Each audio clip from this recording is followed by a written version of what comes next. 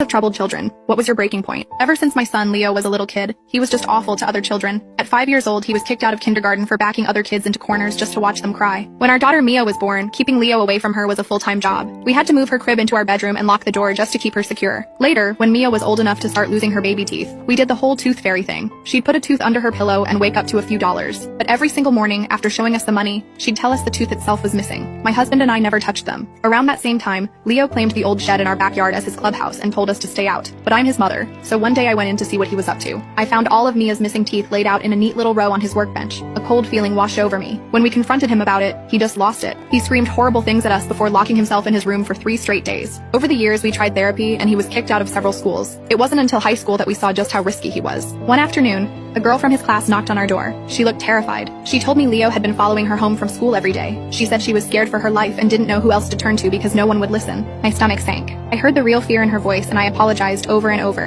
I promised I would talk to him, but deep down, I knew it wouldn't do any good. Nothing I said ever did. That afternoon, when I mentioned the girl, he exploded. He started flipping chairs and throwing things across the kitchen. I had to run and lock myself in our bedroom to get away from him. The last thing I heard was him screaming, "You'll all pay for this," before he slammed the back door and went to the shed. I stayed in my room until my husband got home. He saw the broken kitchen window and the mess from Leo's fit and got mad. "I'll go talk to him," he said. "Maybe he'll listen to his father." Then he walked out to the shed. A minute later, I heard a scream that I will never forget. I ran outside and found my husband on his knees in the grass, just crying. He looked up at me and whispered, "Don't go in there," but I had to see. I ran right past him. When I opened the shed door, I saw him.